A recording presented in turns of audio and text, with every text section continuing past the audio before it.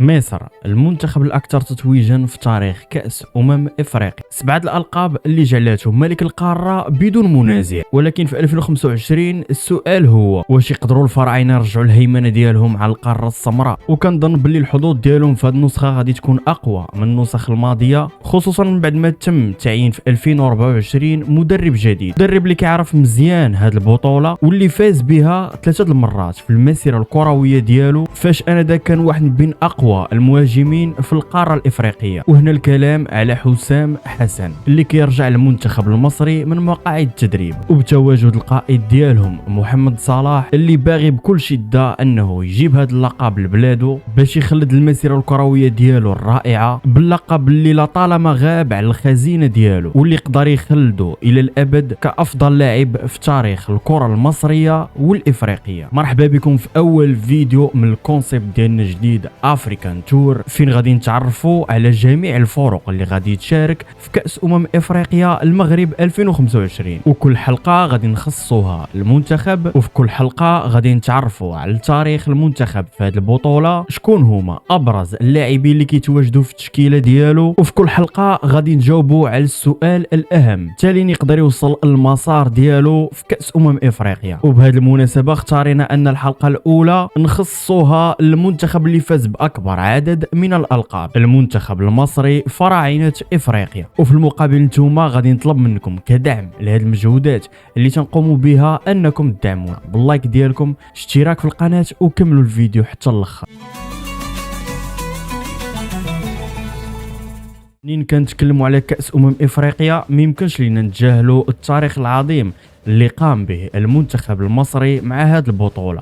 الفراعنة رفعوا الكاس 7 المرات، فراهم فازوا بالبطولة في النسخة الأولى سنة 1957 واللي آنذاك تقامت في مصر، ورجعوا فازوا بالبطولة في نسخ 59 و 86 اللي حتى هما تقاموا في بلادهم. أما اللقب ديالهم الرابع فازوا به في بوركينا فاسو سنة 1998. ولكن العصر الذهبي للكرة المصرية كان ما بين 2006 و 2010 فاش الفراعنة فازوا ب3 نسخ متتالية. وهنا ما كنهضروش على مجرد أرقام وتواريخ، ولكن تنهضروا على فريق اللي كان خرافي وأسطوري تحت قيادة المدرب حسن شحاتة. الفراعنة كان عندهم فريق منسجم كيلعب بالعقل والجرينتا، واللي تشهروا بالروح القتاليه الكبيره ديالهم على ارضيه الميدان. الفريق اللي ضم نجوم كبار على غرار محمد ابو تريكه، القائد ديالهم احمد حسن، المدافع وائل جمعه، المهاجم محمد زيدان، والحارس عصام الحضاري. ولكن من بعد ديك الحقبه الذهبيه بدات واحد الفتره ديال الصعود والهبوط. فمن بعد اخر لقب في انغولا في سنه 2010 المنتخب المصري غادي يغيب على 3 نسخ متتاليه من كأس إفريقيا،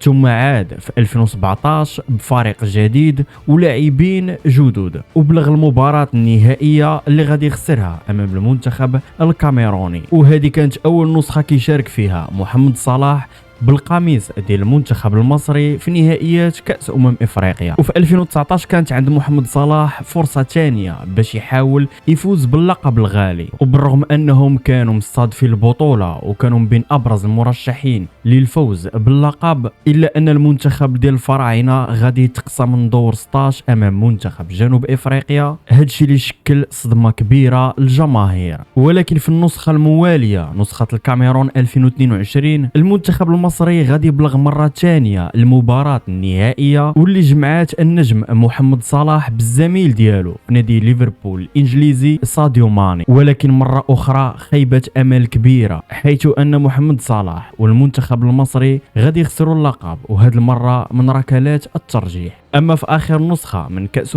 إفريقيا اللي تقامت في الكوت ديفوار، مرة جديدة المنتخب المصري غادي يتقصى من دور 16، وهذه المرة أمام منتخب الكونغو بركلات الترجيح. ومن بعد مرور تقريبا سنة على الإقصاء في الكوت ديفوار، الجامعة المصرية لكرة القدم اختارت المدرب الجديد اللي غادي يقود الفراعنة كأس إفريقيا المغرب 2025، واللي هو الأسطورة ديال الكرة المصرية حسام حسن. ومع هذا المدرب المنتخب المصري بان بتنظيم وتحفيز أكبر، وحتى النتائج تحسنت بشكل ملحوظ بانتصارات مقنعة في التصفيات وفي الوديات.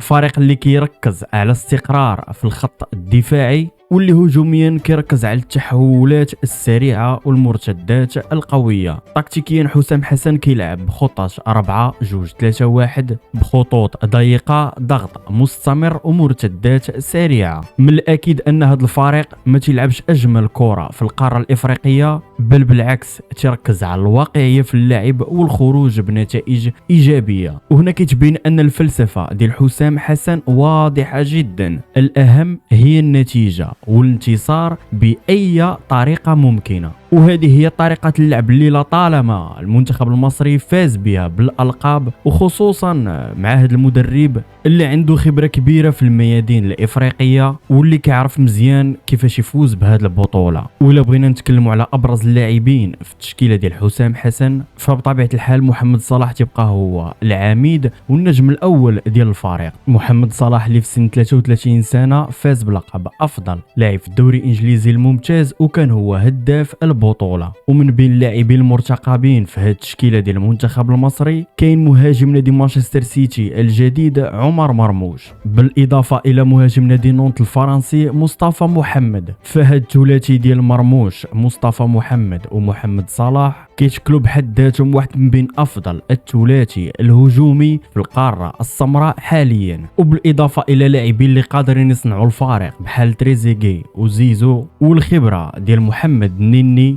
او مثلا الصلابه الدفاعيه ديال احمد حجازي. فممكن نقولوا بكل اريحيه ان المنتخب المصري عنده جميع الاسلحه الدفاعيه والهجوميه لبلوغ ابعد نقطه في هذه كاس افريقيا. وبالنسبه للقرعه ديال البطوله فالمنتخب المصري توضع في مجموعه كتضم كل من منتخب جنوب افريقيا، منتخب انغولا، ومنتخب الزيمبابوي. مجموعه اللي في الظاهر ديالها كتبان قويه، ولكن اظن على انها غتكون في المتناول ديال منتخب الفراعنه. وكتوقع ديالي خاص المسار ديال المنتخب المصري في هذه البطوله، فكنظن ان المنتخب المصري في حال ان محمد صلاح كان في افضل حالاته والفريق لعب بالطريقه اللي كيعرف يلعب بها، بتنظيم الخطوط الدفاعيه ديالو وباستغلال الفرص السانحه، خصوصا بالمرتدات السريعه عن طريق اللاعبين سراع مثل الثلاثي عمر مرموش زيزو محمد صلاح، وبالانهاء الفتاك ديال المهاجم مصطفى محمد، فالمنتخب المصري اكيد انه قادر يوصل حتى المباراة النهائية. منتخب اللي عن طريق الفلسفة ديال المدرب ديالو حسام حسن، الكرة الواقعية والنتيجة والانتصار بأي وسيلة ممكنة، ربما بعض المرات حتى عن طريق الخبط الكروي،